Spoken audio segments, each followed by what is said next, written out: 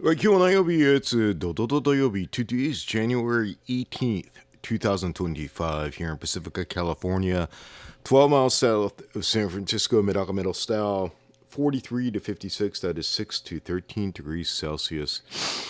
Oh boy, outdoors. Just brought my friend over here. Haven't touched this baby in a while. This is a 2010 BC Rich made by Grover Jackson. Mahogany, German Floyd Rose, one piece mahogany. I'm really gravitating to the mahogany, pure mahogany tone right now. I don't know why. So today, let me just take a real quick sip. Since last time, I set up this 29-gallon Aquion. I used to have three 5 gallons over here, and this is where I had the breeders going on. I'm going to Japan in about 2.5, 3 weeks, and that means I need to put things on auto feeders and all that stuff.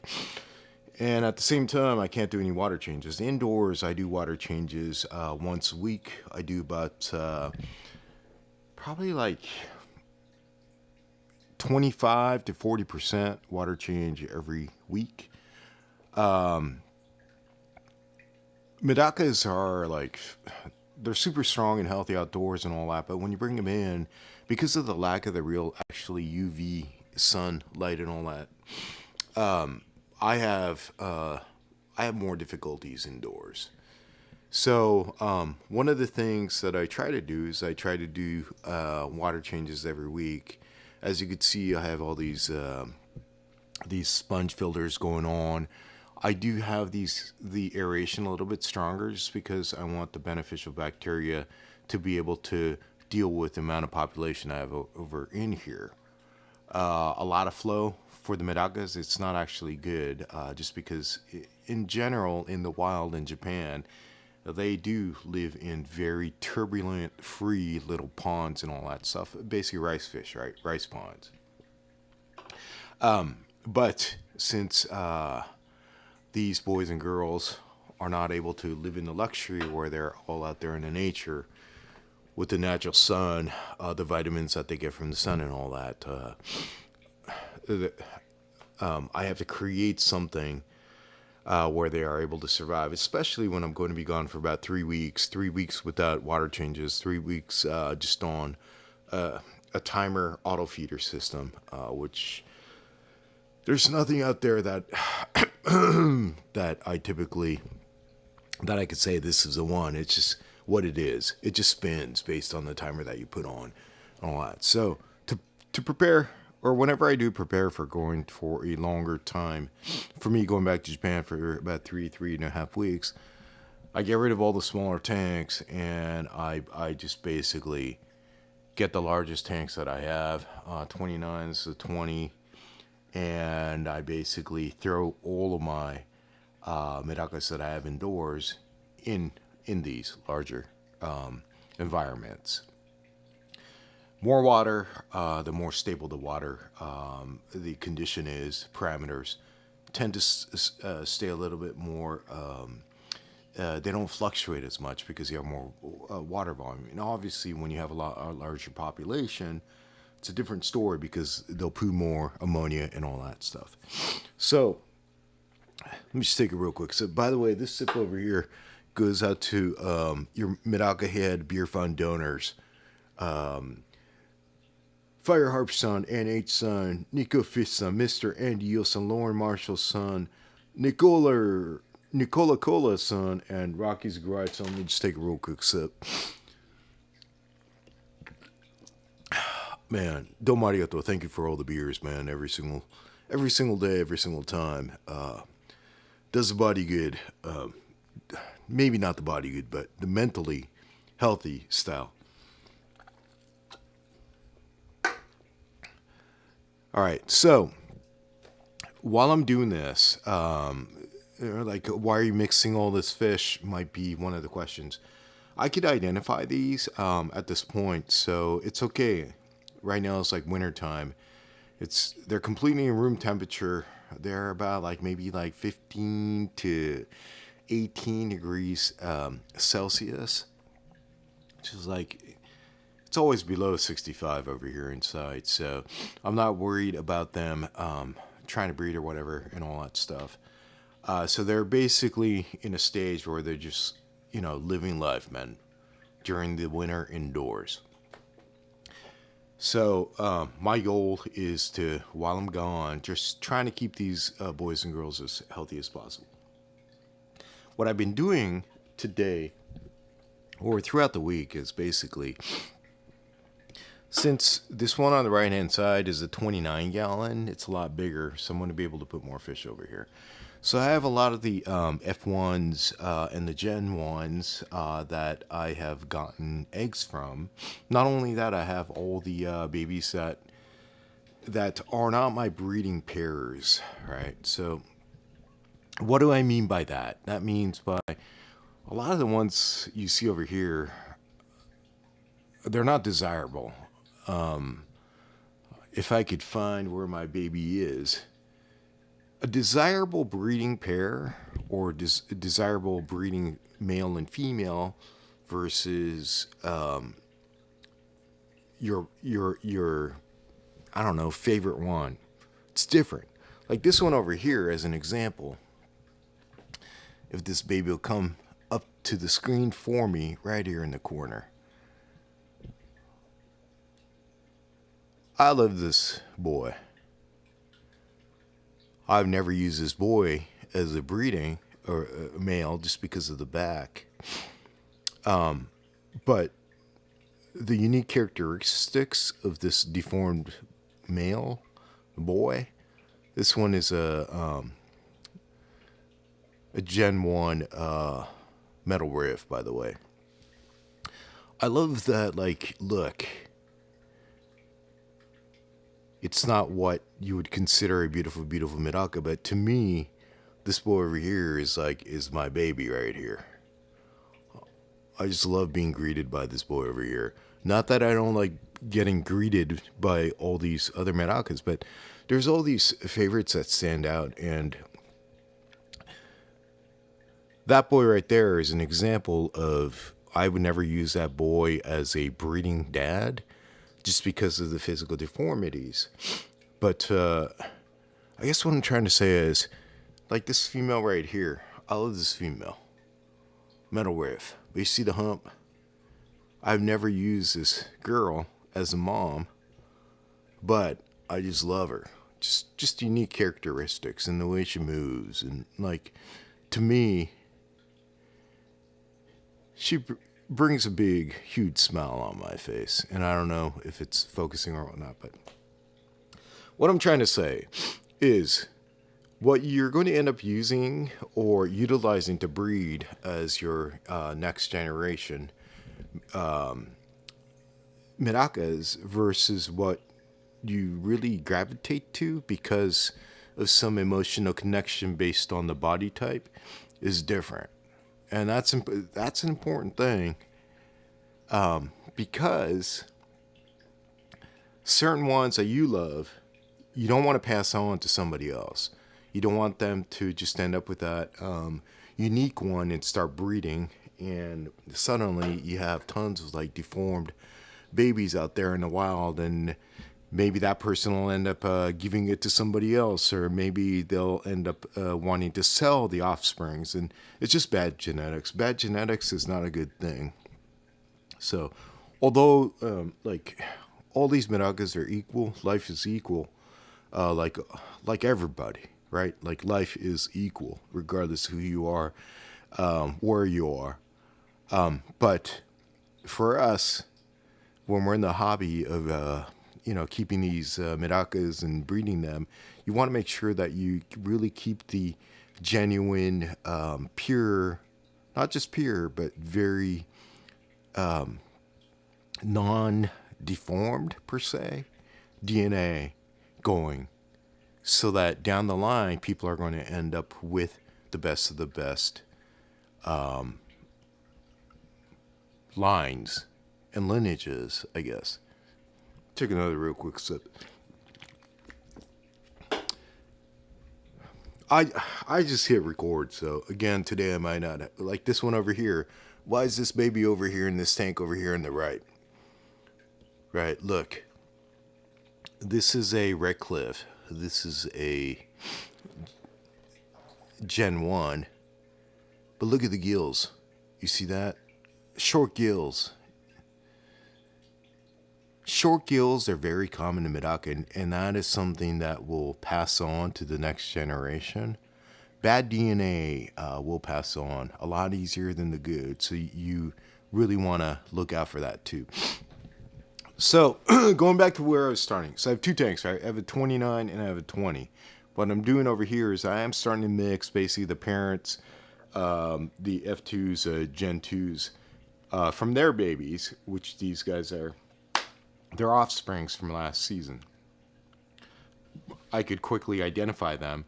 Basically, since this is a smaller tank, I want to reduce the population from this 20 gallon into the 29. On a daily basis, if I see some babies, I just know that I am not going to end up utilizing them as males and females. I move them over to this larger capacity Aqueon 29 gallon over here. There's a good shot if I could zoom in. Oh yeah, my baby. Look how exotic that boy looks, man. I just love. That was the product of the metal riff that was going on. Basically, a midnight frill and a red cliff. Oh boy. Yeah. The humpback and all that, but there's just this look of stardom right there. So I don't like splashing in over here, but on a daily basis when I'm feeding, if I do come across, and another thing is, it's so important to like just spend time and just sit here. And I do get a lot of questions asking like, how do you know which one is good and which one is bad? And I elected not to go through a whole tutorial saying that, look at the head over here, look at the fins over here, look at the way it swims over here. Because it's easier to kind of program that in your head. But even with that knowledge, because of you were told by somebody or somebody, you were shown pictures, it's really hard, to be honest. So the best thing you could do is just stare at a group from the side. And again, I think I mentioned this a lot of times, but yeah, Medakas, people look at the beauty from the top and all that, but from the top, a lot of them that are actually deformed look beautiful. So for me, one of the things that I really want to make sure that the new hobbyists really get into is like really observing them from the side, and by watching them, observing them, you'll start seeing differences. Again, earlier I mentioned shorter gills. You'll start, seeing some of them are like, wait, what's that thing? Why does it look different than the others? And you'll then realize it's like, wow, the gills are kind of too short. It looks kind of red. It really looks short. And then you're now, what you are seeing basically gets embedded in your brain, saying, okay, when I start seeing something like that, it's something that I want to pass on to the next generation. It's very important you'll start noticing like some fishes or some medakas in this case, they swim in a very unique way. What does that mean? That means one of their fins are shorter than, so if your right fin is shorter than the left, you're going to start making right turns. Right? Is that right? No, you'll start making left turns a lot more than right turns. So by looking at the way they swim, you'll start noticing like, oh, this is a reason one of the fins, the lateral fins, are different lengths. So that's another deformity, right? And then obviously the ones that you could really notice the most is basically their spine. Just look at the spine, right? Look at the spine, and you could really tell on a whiter fish, but look, it's bent. Again, this is my baby boy right over here that I love, but you could start telling by observing. I could take videos and I could show you, but if I just show you the bad ones or the good ones, it's really hard to tell unless you're like sitting in front of a screen over here of beautiful medakas and you're actually observing all of them in this group situation, and you don't have to have an eagle eye. You just sit down, relax, and you'll start noticing subtle differences. The way they swim, the way the body is, the way the head shaped is. Looking at their eyes are, man, it's the window to their life, their soul and all right? So by looking at their eyes, are they clear? Are they cloudy? Are the eyes too close together? Are they too raised up to the top? Are they skittish for their age? Compare to the other ones. How is the belly looking? Like, look at this one. This baby over here was one of my breeders that was fine, and then all of a sudden, look what happened. So I did take eggs because I used this one, but I bet you, man, a lot of the offsprings are going to start up looking great, but end up looking like this. It's probably like the bone structure, maybe not just the bone structure, but just bad bones, man, like osteoporosis, like how us humans have. After you age a little bit, if you're past the 1 year stage, your bones start to kind of deteriorate, which happened to this one. This one was a real beautiful. I say beautiful in a way where, yeah, I mean, it was one of my breeders, but that's what happened. So it's really important to like keep an eye on the pairs that you used. And then it is really important to study their offsprings, which are over here, to see, based on the parents that you chose, the male and the females, how are the offsprings turning out? Again, over here, it's a mixture of red cliffs and then my metal riffs that I have over here. But it's really, I mean, that's where you learn where like, well, I chose this male and female last season, and here are my offsprings, right? How are they turning out? And again, looks, I think people are easily gravitated to the looks, the color, and all that. But the most important, regardless, or forget about the looks and the color, it's the body shape, the structure. A beautiful body shape and structure first. And from there, hopefully, you find a pair that you want to transcend that looks, right? Like the color and all that stuff. I think that's one of the key things I really want to continue to talk about in 2025. Man, I can't believe it's 2025, man. Boy, am I getting old. But that put us said, oh boy, let me take a real quick sip.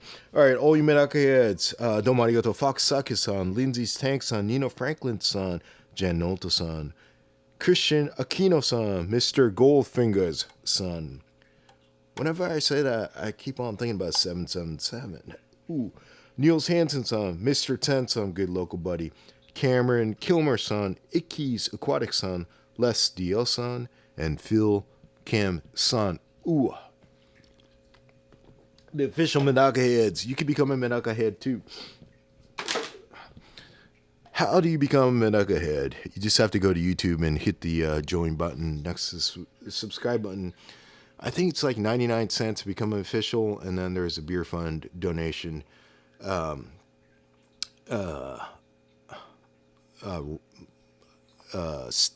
don't know, another category. And yes, that basically provides me with the beer-fueled Medakatsu talk. Try to do it once a week. That is my goal, at least. Look at this one over here. All right. Look at the shape of the head. Once it turns sideways, look. It's like, this is what I call a helmet head. So that baby's not cooperating with me, but the shape of the head basically looks like it's wearing a helmet, right? Let's see. Right there.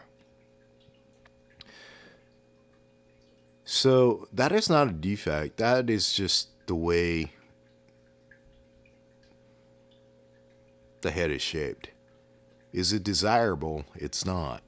So I would not use any of them that have that kind of head as my breeding or breeder per se. So like this one over here, please zoom in. Helmet head as well. They tend not to cooperate. Here's a skittish looking one right here. Here is, I don't even know how what I'm talking. I do know what I'm talking about, but I don't even know how skittish for its age, right? So this one over here is about 7 months old, and it shouldn't be that skittish. That means if you do get babies from that female right there, you're mostly going to have a lot of skittish babies, right? And it's something you want, like thick, healthy babies. So, all right, it's been 21 minutes so far. Again, a lot of this stuff, I'm just going to start babbling. Hopefully, all you Medaka heads out there can get some type of new information, possibly, and hopefully I'm not wasting our time. That's what I worry about. Again, it's just documenting. I'm just here to document my Medaka journey. I've been with these boys and girls for probably going on 6 years. Been in the hobby for a long time with other discuses, and I've been in the reptile thing. Discus 20 years ago, reptiles 25 years ago. Medaka has really got me back into the hobby 6 years ago, man. And it's friggin' awesome. So, I just wanted to chime in while I'm getting things set up since I'll be leaving these babies for 3 weeks while I'm going to Japan, giving them more water space to try to keep the water stability as stable as possible while I'm gone. And while I'm doing that, I'm trying to separate some of the ones that I can. And by the way, I talked about some of the man. Daiso is your best friend, man. Like Daiso is my best friend. I'm trying to get a good picture of my baby over there. But out of all the containers that I got from Daiso last week, I use this. Okay, this is. I hate it when I just say, "Man, this is friggin' awesome." But here's the size over here. That's probably like 23 centimeters. It's like a loaf of bread over here. This thing I used when I was transferring a bunch of stuff. This thing is awesome. I don't say that lightly. This is $2-3. It comes with a lid that I'm not using, but the reason why this thing is awesome is I filled this thing up with water, and it doesn't. The sides are sturdy enough where it doesn't bulge out. A lot of them do. It's really, really, really sturdy, to be honest. So this was an awesome buy, and I could see myself creating something like the stuff I have here. So I got this in Japan last year. It's basically high quality, super thick plastic, right? And what is this with the mesh and all that stuff? It floats if I put this in over here. And what you could do is you could actually have in this tank over here, with all the other babies, you could actually select a pair and just start, and you put basically like a mop over here to collect eggs, and you could actually just have them floating in here. And the beauty of this is they're not confined. They are confined space-wise in this small container, right? But because of the water volume, I kept some adults in here for like 8 months, and they were fine. The water, even if it's a small space, you're going to have this volume. So if I throw this in here, they technically have 29 gallons worth of water. So stable water, clean water. This was very expensive in Japan, and since they don't stack well, I only brought like 5 back home. But now looking at that and looking at the size of this, it's pretty similar. Like this doesn't even fit in over here. So pretty similar in size, right? So I think what I am going to do is I'm going to, I could drill holes over here and get a screen. I'll tape it up. Kind of not this big, but I'll probably put some screens on both sides. And then I'll just drill some holes and attach some, what do you call those?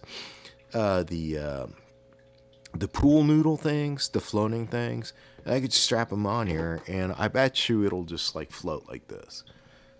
So, quick DIY, inexpensive. I bet you I can make something like that to float for if you. The whole thing about Medakas, man, we all run out of space, so it's utilizing your space to see what you could do.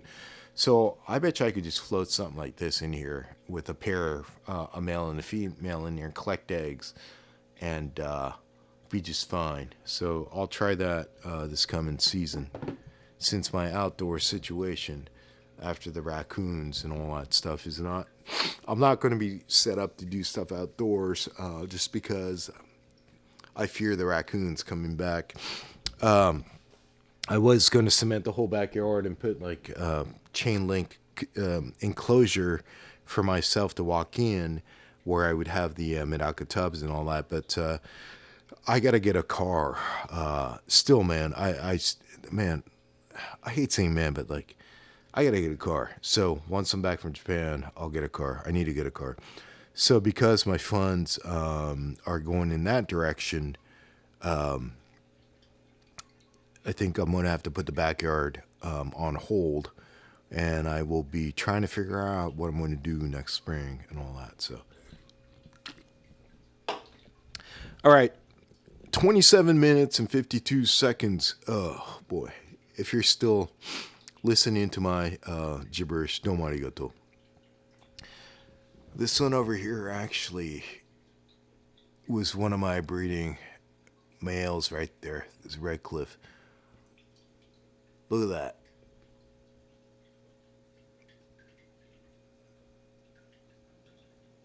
Oh boy. All right, so I'll try to. I will keep on keeping up with this this journal that I have on YouTube, MedakaMetal style. I could be reached at MedakaMetal on Instagram, and hopefully all you Medaka heads are getting something out of this, and I'll try to keep it simple, but it'll be real, and real as in this is what I do, or I like doing. So, domo arigato again. We'll do it again next time. Kanpai chin chin. All you Medaka heads, domo arigato. Out. MedakaMetal out. Oh yeah.